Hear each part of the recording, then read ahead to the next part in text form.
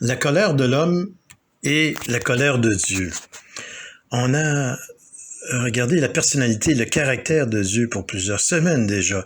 Et je pense que ceci est le 13e de ma série d'essayer de comprendre pourquoi Dieu nous a mis sur la terre. Mais c'est pour le connaître, le comprendre et de comprendre son plan pour nos vies. C'est la grande aventure de la vie de connaître Dieu. Mais la plupart des gens ne croient pas comme ça. Autour de toi, dans la communauté chrétienne, ils ont d'autres choses à faire. Ils ne veulent pas connaître Dieu. Alors, notre objectif est de dire ce que Saül, Paul, a dit lorsqu'il a été confronté à Jésus. Il a dit, « Qui es-tu? » Il a dit, « Qu'est-ce que tu veux que je fasse? Que veux-tu que je fasse? » Ces deux questions devraient diriger nos vies, nous influencer. André Stanley disait, « On n'accomplit jamais la volonté de Dieu en enfreignant la loi de Dieu, en violant les principes de Dieu ou en ignorant la sagesse de Dieu. » Alors, tu veux connaître Dieu, de comprendre quelle est sa volonté pour toi, ses plans pour ta vie. C'est Dallas Willard qui a donné une illustration. L'électricité a toujours existé. J'ai fait de la recherche là-dessus. Même 600 ans avant Christ, un philosophe grec utilisait de l'ambre frotté sur des animaux pour générer de l'électricité statique et qu'il pouvait ramasser du papier avec ça. Et elle a été découverte qu'il y a 300 ans. Au fait, il y a 200 ans, elle a commencé à être comprise. Alors aujourd'hui, nous utilisons l'électricité comme une évidence. Alors, on se lève le matin on allume la lumière. Et je n'ai aucune idée comment ça se passe, mais on comprend. Un courant alternatif. Mais si je devais écrire un examen, faire un examen, mais je n'ai pas besoin de tout savoir. Je peux le savourer, cette invention. C'est la même chose. Nous vivons en mouvement et à être. Mais la plupart des gens ne veulent rien savoir, ne veulent pas le découvrir avec ça. On ne découvre pas Dieu. C'est lui qui se révèle à nous, à toi. On devient conscient parce qu'il choisit de le faire. J'ai été très touché par Maze, ce qu'elle disait. Je lui demandais quelle est spirituellement. Elle a dit, je suis dans un groupe eau vivante, eau vive, et j'ai des dévotions, et Dieu me parle dans sa parole, dans sa Bible, et je prie. Et Mathia présente aux participants de Eau vive tous les dimanches, elle leur donne 3 prières de respirer. Alors je prie à la journée longue. Si je m'inquiète, je prie à Dieu. Si j'ai peur, je prie, je parle à Dieu. Alors, Dieu se révèle à moi dans toutes ses actions, dans toutes ses requêtes. Il répond, je veux le connaître, qu'il dit. Alors, ça devrait être notre désir dans la vie. Alors, il y a un risque dans cette quête. Dallas Willard dit, Dieu n'est pas méchant. J'ai déjà utilisé cet exemple. Dieu n'est pas méchant, mais il est dangereux. L'électricité n'est pas méchante, mais elle est dangereuse. On peut en mourir si vous ne savez pas ce que vous faites avec l'électricité. Alors, on ne joue pas avec Dieu. Tu joues pas avec Dieu. Tu ne devrais pas l'ignorer. Alors, il faut le chercher et il va se révéler à toi. J'ai parlé il y a quelques semaines, c'était pour Pâques, comme Dieu étant une Trinité, un Dieu et 3 personnes. Et quand je me préparais pour cela, je disais que cela me surpasse tellement. L'Évangile, l'étude de Dieu, c'est comme être sur le bord de l'eau, la mer. Vous pouvez vous promener dans l'eau, à la cime de l'eau où c'est pas creux. Et c'est comme ça, essayer de connaître Dieu. C'est à peine. Alors, personne ne veut comprendre ceci. Bien des gens disent, je ne crois pas à cela. Si c'est vrai exactement que Dieu a de la colère envers nous, je veux rien savoir. Je ne veux pas connaître cette sorte de Dieu. J'ai une amie, sa jeune sœur, a été malade, atteinte du cancer, et elle en est morte. Et il me disait, c'est ça suffit, je veux rien savoir de ce Dieu-là. Si elle fait ça à ma sœur, alors je m'intéresse pas à lui. Beaucoup de gens sont comme ça. Dieu est en colère, il fait des choses avec moi, à moi, qui me rendent en colère. Une des choses que les gens veulent dire, qu'ils ne doivent jamais dire comme chrétiens, c'est « je ne me mets jamais en colère ». Ce n'est pas une façon, ce n'est pas une chose chrétienne. Deux fois dans la Bible, dans l'Ancien et dans le Nouveau, cela dit, si vous vous mettez en colère, ne péchez point. Ça nous commande de se mettre en colère, mais ne pas pécher. On verra ce qu'est la colère et pourquoi on devrait être en colère.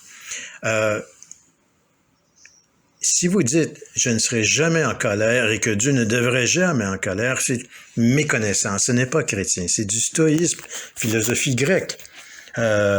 Ou encore où on dit qu'on contrôle nos émotions, une religion orientale et qu'on n'exprime rien. Il y a des fois où l'on doit être en colère et exprimer. En fait, un des résultats de ce qu'on va voir aujourd'hui, la colère de Dieu devrait produire en nous une crainte de lui et en même temps un grand amour, une grande passion pour lui et où on désire le connaître et d'en savoir plus. Quand Lenny et moi étions marchions, je lui parlais d'un pianiste japonais, je lui ai envoyé un clip de 2 minutes de son solo sur piano. Elle est vraiment brillante. Elle faisait un solo incroyable au piano et à un moment donné, elle retire la chaise et elle est debout et elle ne danse pas, mais elle est en passion de sa musique et qui l'absorbe et elle fait des mouvements. C'est le mot enthousiasme veut dire être rempli de Dieu, plein de Dieu, possédé par Dieu. C'est ce que devrait être notre vie lorsqu'on vient le connaître, rempli de lui, passionné par Dieu. J'espère la prochaine fois parler du Dieu sans fin, de nouveau de la Trinité. Alors, si nous additionnons ces choses ensemble, la colère de Dieu, que nous n'aimons pas, et le fait qu'on va mourir, que nous n'aimons pas, parce que nous ne sommes pas en contrôle. Svetlana, qui est la fille de Staline, elle est devenue une chrétienne. Elle était à son père lorsqu'il était en train de mourir, un des dictateurs les plus cruels, les plus criminels, qui était dictateur de l'Union soviétique. Des millions de personnes sont mortes, personnes mortes à cause de lui.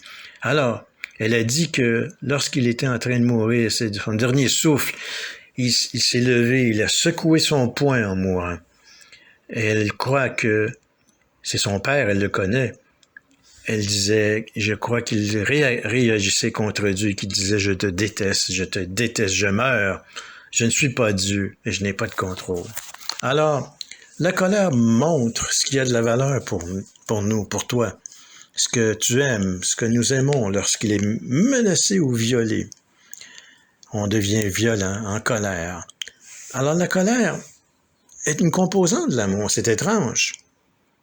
C'est une composante de l'amour, la colère. Laissez-moi illustrer. J'étais assis au salon. Un couple, il a admis à sa femme qu'il a eu une liaison avec une autre. Elle n'a pas dit « Ah, c'est OK, bon, la vie, c'est la vie. » Non, je vous promets qu'elle était en rage, en colère. J'ai découvert un père également, un autre exemple, un père qui a découvert que son fils est victime d'attouchement de la part d'un éducateur. Il n'a pas dit « Ah, que sera, comme la chanson dit. » Non, cet homme, il est en colère. Cet homme a été apporté en prison, amené en prison, passé par la justice. Alors, la colère vient de l'amour parce qu'il y a eu une violation de quelque chose et on doit répondre avec colère. Henry Cloud disait, le psychologiste Henry Cloud, la colère est une frustration liée au fait que nous ne sommes pas Dieu et que nous n'avons pas le contrôle de la réalité. Une des marques de l'humanité, c'est que nous voulons être indépendants. Nous agissons comme des dieux. Nous voulons diriger nos propres vies, notre propre réalité, créer notre propre réalité. Mais on ne peut pas le faire. Ça produit une grande colère contre Dieu. et contre la vie elle-même, comme ta propre vie elle-même. Alors nous allons voir la colère de Dieu et la colère de l'homme, la frustration. Nous allons nous immerser dans cette histoire. Alors si vous avez votre Bible sur vos téléphones, iPhone, tablette, je vais lire dans Jean 18 l'histoire que Jésus raconte, que Jean nous raconte sur Jésus. Nous allons voir la colère de l'homme et de Dieu. Prions. Seigneur, nous entrons dans ta parole. Il n'y a rien comme ça. Il n'y a aucun livre comme ta parole. C'est la parole vivante, ce que tu nous dis. C'est comme un scalpel, une flèche qui nous rentre dans nos cœurs. Ça nous transforme, ça peut nous transformer. Alors, comme on va dans ta parole, on te demande de nous changer, de nous rendre sérieux, clairs dans nos vues, et de venir à toi et d'être différents à cause de cela. Au nom de Jésus, Amen. Jean chapitre 18, verset 1 à 14. Lorsqu'il eut dit ces choses, Jésus alla avec ses disciples de l'autre côté du torrent du Cédron, où se trouvait un jardin dans lequel il entra, lui et ses disciples. Judas, qui le livrait, connaissait ce lieu parce que Jésus et ses disciples s'y étaient souvent réunis. Judas donc, ayant pris la cohorte et des huissiers, qu'envoyèrent les principaux sacrificateurs et les pharisiens, vint là avec des lanternes, des flambeaux et des armes. Jésus, sachant tout ce qui devait lui arriver, s'avança et leur dit « Qui cherchez-vous » Ils lui répondirent « Jésus de Nazareth ». Il s'approche de lui. « Qui cherchez-vous » qu'il dit. Ils lui répondirent « Jésus de Nazareth ». Jésus leur dit « C'est moi ». Littéralement, il a dit « Je suis ». Et Judas, qui le livrait, était avec eux. Lorsque Jésus leur eut dit « C'est moi », ils reculèrent et tombèrent par terre. Il leur demanda de nouveau « Qui cherchez-vous » Et ils dirent « Jésus de Nazareth ». Jésus répondit « Je vous ai dit que c'est moi, je suis. Si donc c'est moi que vous cherchez, laissez aller ceux-ci. » Il dit cela afin que s'accomplisse la parole qu'il avait dite « Je n'ai perdu aucun de ceux que tu m'as donnés. » Simon-Pierre, qui avait une épée, la tira, frappa le serviteur du souverain sacrificateur et lui coupa l'oreille droite. Ce serviteur s'appelait Malchus. Jésus dit à Pierre, « Remets ton épée dans le fourreau. Ne boirai-je pas la coupe que le Père m'a donnée à boire? » La cohorte, le tribun et les huissiers des Juifs se saisirent alors de Jésus et le lièrent. Ils l'amenèrent d'abord chez Anne, car il était le beau-père de Caïphe, qui était souverain sacrificateur cette année-là. Et Caïphe était celui qui avait donné ce conseil aux Juifs. Il est avantageux qu'un seul homme meure pour le peuple. Alors ça, c'est la parole de Dieu pour nous. La colère de l'homme dans ses premiers versets. J'ai jamais été dans une foule irritée, une manifestation, mais mon père, à Halifax, dans la ville d'Halifax, à la fin de la guerre, Deuxième Guerre, les célébrations, il est un soldat de retour au pays, et il a vu une foule de gens qui sont entrés, fracassés, les portes et entrés dans les tavernes, clubs et autres pour boire. Et cette foule ici qui vient arrêter Jésus, ce sont des gens religieux, des gens non religieux, des juifs et des non-juifs, l'élite et les communs, les pauvres, des soldats, des légionnaires. Et alors, c'est une coupe sociale de toutes les cultures. Et Judas est là également, le traître. Dante, lorsqu'il a écrit l'Inferno, son poème sur l'enfer, le niveau le plus bas dans l'enfer de Dante, la trahison, parce qu'elle découle de l'amour. Alors voici une foule armée, des manifestants venus pour faire violence à Jésus. Pourquoi? Alors vous savez, il est un prophète. Et il parle, il guérit, il aide, un homme de Dieu. Et dans la noirceur, ils viennent le capturer. Et dès qu'ils sont faits, ils veulent le torturer et l'assassiner. Ils vont faire le détruire, l'éliminer de la terre. Pourquoi est-ce qu'ils font cela? Regardons cette citation de Dallas Willard. Une réponse envers ceux qui ont interféré avec nous. C'est ça la colère. Elle inclut la volonté de leur nuire ou les débuts de celle-ci. L'avez-vous observé ceci? Hein? Le désir de nuire, de faire mal. Ils veulent vous faire mal. L'avez-vous vécu? L'as-tu vécu? Je me souviens, dans une église où j'étais, un homme était devenu en colère. Il était en colère contre moi. Peut-être une cause juste, mais il avait une colère très, très profonde. Il a écrit une lettre de 13 pages disant que je suis inefficace et que je fais des choses qui sont au nom de Dieu pour me nuire. Et il a distribué tout cela à des dirigeants de l'Église.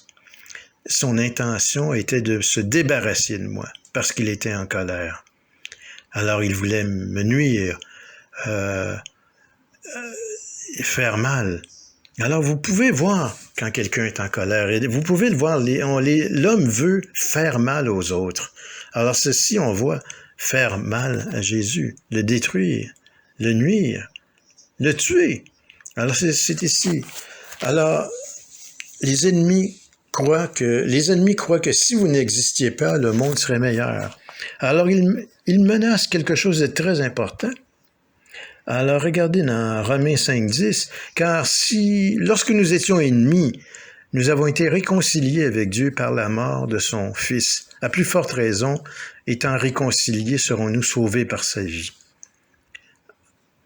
Alors, je ne crois pas que je suis vraiment l'ennemi de Dieu, mais regardez ceci également. Romains 8, verset 7. Car l'affection de la chair est inimitié contre Dieu, toujours hostile, parce qu'elle ne se soumet pas à la loi de Dieu et qu'elle ne le peut même pas. Alors les gens vont dire, oh, je crois même pas en Dieu. J'aimerais comprendre qui est Dieu, mais certainement je ne serai pas son ennemi. Alors nous allons revenir là-dessus. L'histoire dans laquelle nous sommes en ce moment nous démontre vraiment une belle coupe sociale de gens déterminés à tuer Jésus à cause de la colère envers Dieu. Regardez ce que Tim Keller dit. La colère est une énergie libérée pour défendre quelque chose que vous aimez ou quelqu'un que vous aimez. Les gens peuvent devenir extrêmement avec beaucoup de haine au point de tuer, d'être criminels. Pourquoi la colère contre Dieu? Parce que l'ultime chose qu'on aime, c'est notre indépendance, notre propre souveraineté, ta souveraineté, notre auto-actualisation, de se réaliser soi-même. La chose que l'on veut le plus, c'est de vivre notre propre vie, que personne ne nous arrête de le faire. Mais Dieu, il y a Dieu. C'est le problème. C.S. Lewis dit, le christianisme, s'il est faux, n'a aucune importance. Et s'il est vrai, si la résurrection n'a pas lieu, allez-vous-en. Mais ça n'a aucune importance. Mais si c'est vrai, c'est une importance infinie. La seule chose qu'il ne peut pas être, c'est modérément important. Alors, lorsque vous connectez avec Jésus, lorsque tu te connectes avec Jésus, tu te lies à lui, tu rencontres quelque chose de beaucoup plus profond en toi. Parce qu'il s'adresse à quelque chose, à notre propre indépendance. John Stott disait, en lisant la Bible, vous vous rendez compte qu'aucune personne ayant rencontré Jésus n'a eu une réponse modérée. Il le détestait et voulait le tuer. Il avait peur de lui et voulait s'enfuir. Ou bien, ils ont été fascinés, l'ont adoré et suivi. C'est ce que ça veut dire. Pourquoi la colère est devenue tellement forte et qu'ils le voulaient pas. Ils étaient en colère et ils ont voulu le détruire. Et non, on doit se rendre à Jésus. parce que Jésus déclenche quelque chose de très profond. Regardons le psaume 24, je le lisais encore cette semaine. Je crois qu'on n'aime pas ce verset. À l'Éternel, la terre et ce qu'elle renferme, le monde et ceux qui l'habitent. Hein? Nous appartenons à Dieu. Et notre réponse est non, non, non, non, pas moi. Non, non, pas moi. Je ne lui appartiens pas. J'ai ma propre vie. J'ai mes propres plans. Alors, on commence à réagir de cette façon. Alors, imagine-toi que tu as une maison qui est près d'une réserve indienne à l'ouest d'où je vis en ce moment. Imaginez-vous qu'on sonne à la porte et que vous êtes propriétaire et quelqu'un d'une tribu des Premières Nations dise que c'est une terre tribale. Nous le possédons ce terrain, vous vivez sur une propriété qui n'est pas la vôtre, alors on vous donne 30 jours pour quitter les lieux. Comment réagirais-tu? Alors, vous devez en sortir, tu dois sortir, sinon on utilisera la force.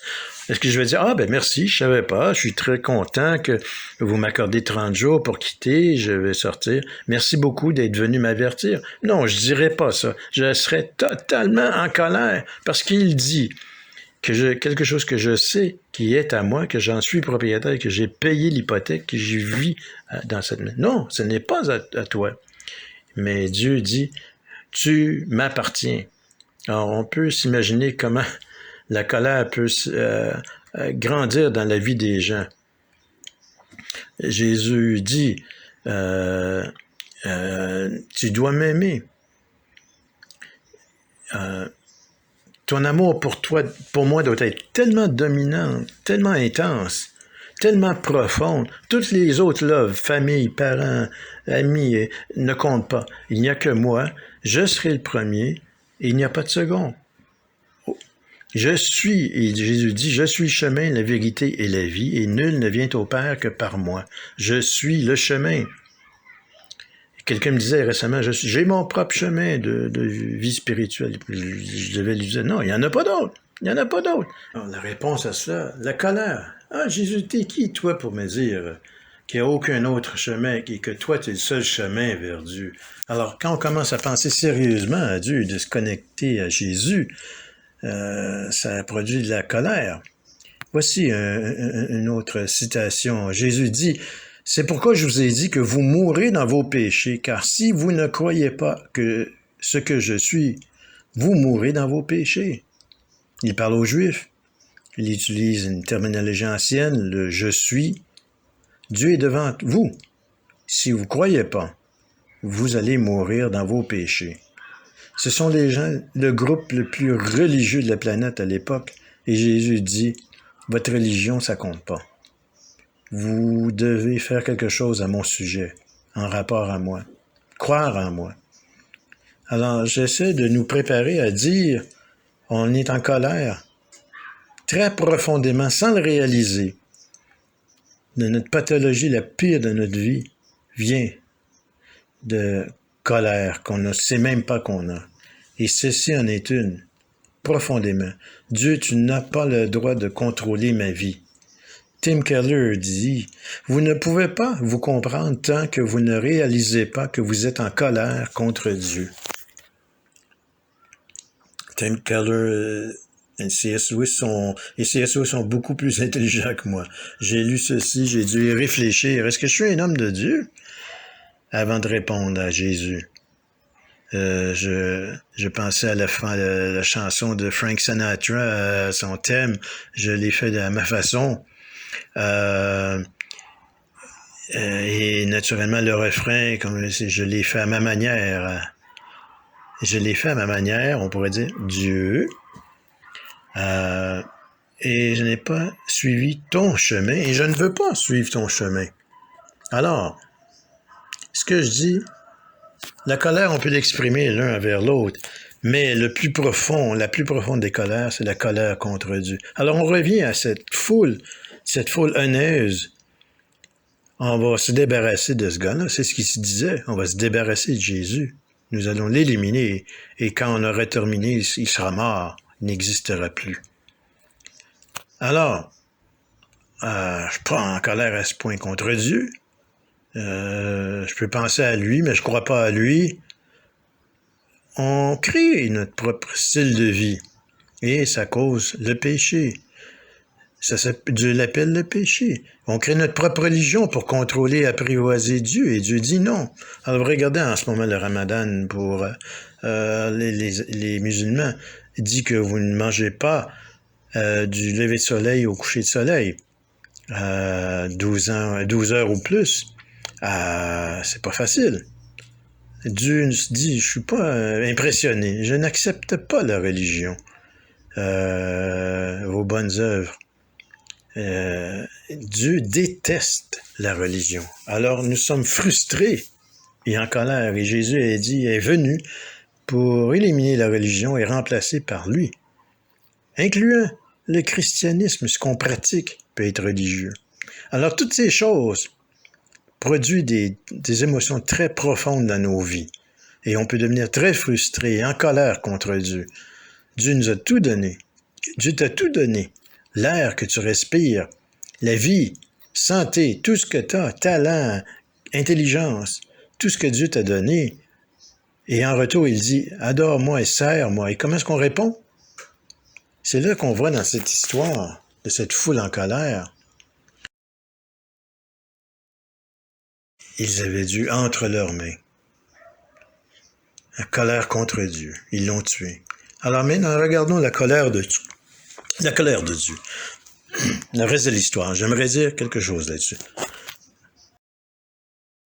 La colère de Dieu, c'est une colère contrôlée. Une colère absorbante. Différente de la nôtre. J.I. Packer dit, la colère de Dieu est bien différente. La nôtre est souvent capricieuse, complaisante, irritable et moralement ignoble, et souvent on blesse les autres. C'est la colère humaine.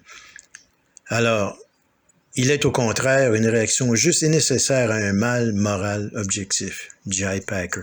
Alors, Dieu est déterminé à éliminer tout le mal, toute l'iniquité, toute rébellion, toute indépendance dans son univers. Et il veut éliminer cela dans son univers. On montre souvent que Dieu nous livre à nos désirs qui nous ruinent. Je lis souvent Agatha Christie. La plus populaire à l'époque des années 20-30, ces décennies. Elle a écrit 66 histoires de détectives, de meurtres, très populaires dans les romans mystérieux, dans la langue anglaise et même toutes les autres langues, traduits. L'Orient Express, ma fille me disait, lis. Elle avait tous les livres, elle dit, je les ai tous lus, elle dit, lis. Alors, j'ai commencé à lire Agatha Christie. J'ai découvert qu'elle était chrétienne. Une bonne illustration de la colère. Son mari, incapable, a eu une liaison, elle a découvert cela. Alors, elle a disparu pendant 2 semaines. Et sa voiture a été retrouvée, abandonnée près d'une carrière où il y avait de l'eau. Et son auto était abandonnée là, près de cette mare d'eau. Est-ce que c'est noyé? Est-ce que c'est suicidé? C'était dans les nouvelles nationales dans la Grande-Bretagne parce qu'il était tellement populaire. Mais quelques semaines plus tard, elle s'était enregistrée dans un hôtel avec le nom de celle qui l'a trompé avec son mari. Elle disait que émotionnellement, elle était en situation difficile. Elle disait que j'allais me suicider devant cette masse d'eau dans la carrière et je ne pouvais pas le faire parce que ma vie appartient à Dieu. Très intéressant. Elle dit, je pense qu'un roman policier était le moyen idéal de montrer le bien et le mal et la justice de Dieu. Alors, un de leurs personnages il dit que vous considérez qu'il est impossible qu'un pécheur soit frappé par la colère de Dieu. Alors, il parle de la profondeur de la justice, du bien et du mal que nous avons ancré en nous. Et on voit cela chez les enfants. Vous savez, les petites histoires qu'on raconte aux enfants sont souvent terribles, épouvantables. La belle-mère méchante qui va faire quelque chose de mal, elle est lancée dans le four et il ferme la porte et elle est détruite. Alors les enfants comprennent ça parce qu'ils ont un sens très profond de ce qui est droit et mal. Alors la réaction de Dieu au péché, c'est sa colère. Il ne laissera pas ce que nous avons brisé dans notre culture, dans notre vie, dans notre planète, dans nos vies, la vie des autres. Dieu va régler cela. Alors la colère de Dieu est une réponse à ce qu'il aime. Sa création, nous, tout ce qu'il est à lui. Mais c'est une colère contrôlée. Quand Jésus parle à la foule, avez-vous saisi? Et qu'il parle à Pierre, la foule vient à la nuit. Il le capture. J'essaie d'imaginer cela, c'est dans un jardin. Il n'y a pas de lumière comme on a aujourd'hui dans la rue. Alors, vous voyez ces torches arriver, c'est dans une pénombre là-bas. Les disciples voient cette foule arriver, les bruits sans doute, les torches ou quel que soit le moyen pour éclairer. Vous entendez le bruit des épées, les sons, et ils entourent Jésus. Alors, il y a également des soldats, des légionnaires.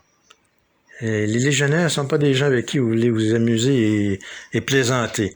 On a le mot décimé qui veut dire pour rompre, a le mot décimal dedans. Lorsqu'ils ont rompu les rangs, c'est les former en groupe de 10. Alors, vous pouvez imaginer en groupe de 10 des gens brutaux qui agissent rapidement aux ordres.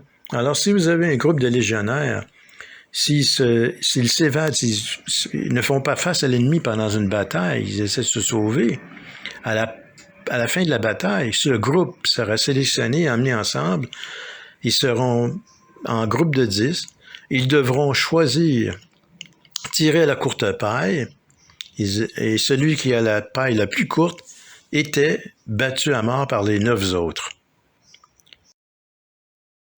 C'est leurs camarades, amis de plusieurs années. Alors, ils sont habitués à la brutalité. Alors, ce ne sont pas des gens qui sont là pour rire. Alors, ils rencontrent Jésus. Judas est là. Vous vous souvenez de cette conversation? Qui cherchez-vous? Et Jésus dit, je suis. Dans la traduction que j'ai, ça dit, c'est moi. Mais littéralement, il dit « je suis », le « je suis » de la Bible. Alors, ils ont reculé, ils ont tombé par terre. Ils sont tombés par terre. Alors, la foule n'est pas à contrôle. C'est pourquoi on doit se tenir loin d'une foule, parce qu'on ne sait pas qu'est-ce qui va se passer. Mais Jésus, là, lui, est en contrôle.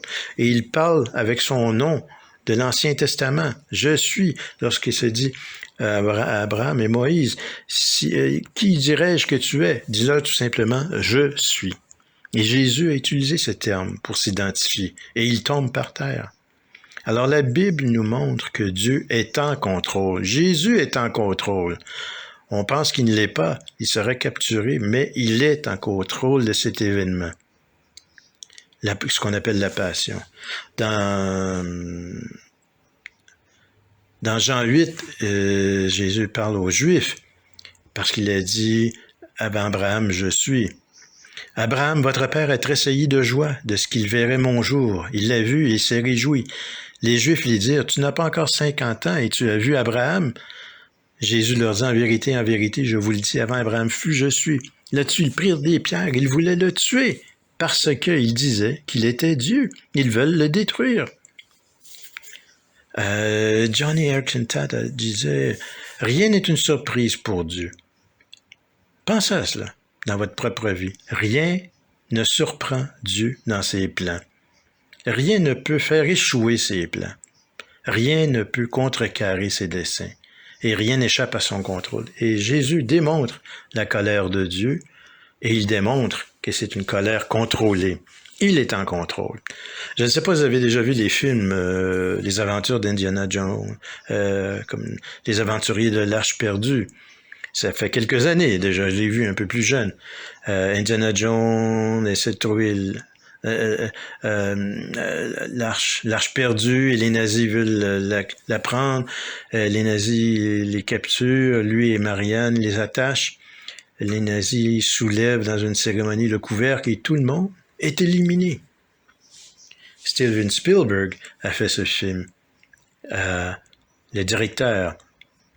Et on voit une lumière qui en sort, qui flash. Et vous voyez les leaders, les nazis. C'est assez épeurant parce qu'on voit leur visage fondre comme de la cire, parce qu'ils sont dans la présence de Dieu et ça la détruit. Et Indiana dit, et Marianne sont attachés, et Indiana dit, n'ouvre pas tes yeux, ne regarde pas, ne regarde pas. Ils essaient d'illustrer qu'est-ce qu'on voit de Jésus. Il est Dieu. Il est en contrôle. Et ces criminels tombent au sol, comme tout le monde fera, seront à genoux devant Jésus, à son retour, parce qu'il est le Seigneur. Et Jésus dit à Pierre, remets ton épée dans le four. On ne va pas faire ça. On ne va pas exprimer la colère de Dieu de cette manière, contre cette foule, contre l'humanité. Non. Qu'est-ce que Jésus va faire? Il va absorber la colère de Dieu. La colère contrôlée, et Jésus va absorber la colère de Dieu. Comprenez-vous, comprends-tu, lorsqu'on lit les idées opposées, quand Jésus dit, il dit à Pierre, remets ton épée dans le fourreau, et ensuite il dit une chose assez surprenante, il dit, ne boirai-je pas la coupe que le Père m'a donnée à boire? De quoi parle-t-il? Quand je prépare cela, c'est bizarre. Je dis, je sais pas si je peux rendre justice à ce texte. Je sais pas si je peux exprimer cela correctement et bien, si que ça nous touche Seigneur dans nos cœurs et que ça nous change. Parce qu'il dit, le Père, qu'est-ce que Jésus a amené à l'humanité? Dieu comme un Père, un Abba, Papa, Père.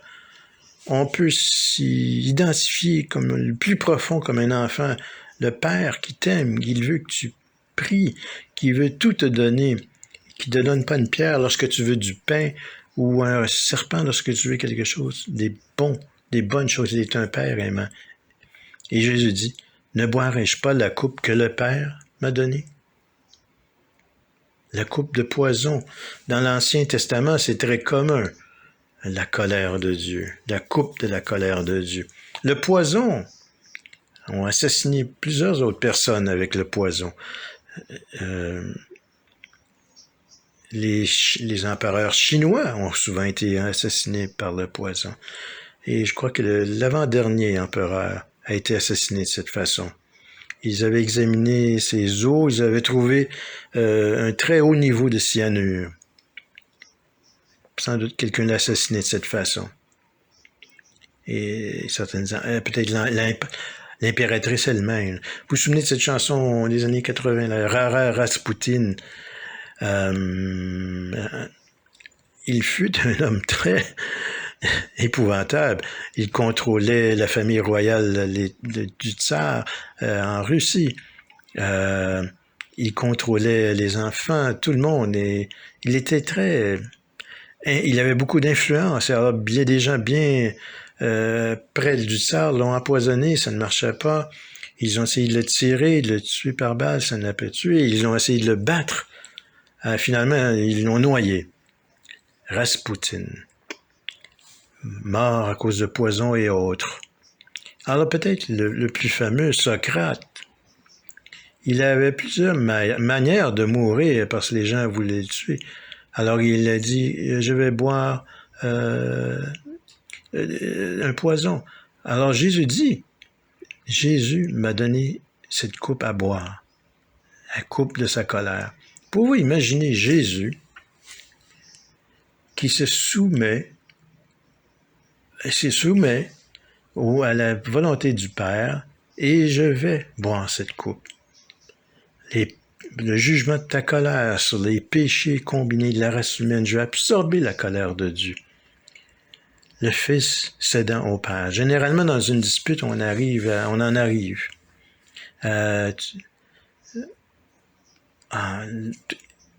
Alors lui, il prend tout, tout, tellement humble, tellement comme un enfant. Et dans cette façon, regardez ceci. Ce que le grand prêtre dit, il a dit, il est avantageux qu'un seul homme meure pour le peuple. Alors, une mort où Jésus prend notre mort à sa place, prend toute l'éternité de l'enfer pour nous, toute la race humaine, et il dit, je deviendrai le pire. Le pire. Souvent, quand ça devient avec les colères, quand on arrive à dire tu es un nazi, tu es un Hitler sur Instagram, par exemple, on peut dire ça à quelqu'un. Mais Jésus en est devenu ce qu'on déteste le plus dans les autres êtres humains, un dictateur et tout, et pécheur, tueur, personne qui viole et tout. Il est devenu tout ce mal. Il a tout absorbé, le mal. Jerry Bridges dit Jésus n'est pas mort simplement pour nous donner la paix et un but dans la vie. Il est mort pour nous sauver de la colère de Dieu. Alors, quand tu vois Jésus, il y a vraiment une vraie colère. Mais il y en a un qui a pris ma place et qui était prêt à le faire. Seulement quand tu vois ça que Jésus prend dans ses mains, prend la coupe de la colère de Dieu. C'est seulement là qu'on peut remercier pour l'Évangile. J'ai une bonne vie, mais Jésus a dû mourir pour moi. Ou je peux dire, j'ai eu une vie épouvantable, et Jésus est mort pour moi. Ça nous élève. Ça ressaisit notre regard. C'est l'amour de Dieu démontré pour nous. C'est une leçon d'humilité. Vous êtes en admiration. Vous voulez vous rendre, vous voulez adorer. Tu dis, qu'est-ce que tu veux que je fasse, Dieu? Parce que la colère de Dieu est tombée sur Jésus. Il a pris la coupe. Cette coupe que l'on prend pour se souvenir à la table du Seigneur. Cette coupe de la mort, la compagnie avec Dieu, d'être avec lui. Alors, pour mettre en pratique, l'électricité n'est pas méchante, mais c'est dangereux. Alors, ayez crainte de la colère de Dieu. Ce n'est pas un jeu. Et aussi, s'extasier devant le sacrifice et l'amour de Jésus. Il était plein d'amour et a exprimé cela pour nous. Et trembler pour les perdus. Ici, ce que Jésus devait faire pour absorber la colère, imaginez ceux qui ne connaissent pas Dieu et qui ne veulent pas le connaître. On doit avoir le désir de faire quelque chose. On doit faire quelque chose. On doit prier pour eux. On doit trouver un moyen qu'ils connaissent, Seigneur. Alors, avec Jésus, nous sommes en admiration. Jésus, tu es mort pour nous. Tu as été brisé par la colère de Dieu à notre place, afin que tu reviens, ressuscites et viens à nous, et que pour l'éternité, on peut être des compagnons de Jésus, de Dieu, en ta présence, et être aimés par toi. Aide-nous, Seigneur, à prendre cela sérieusement, à te célébrer, Seigneur Dieu.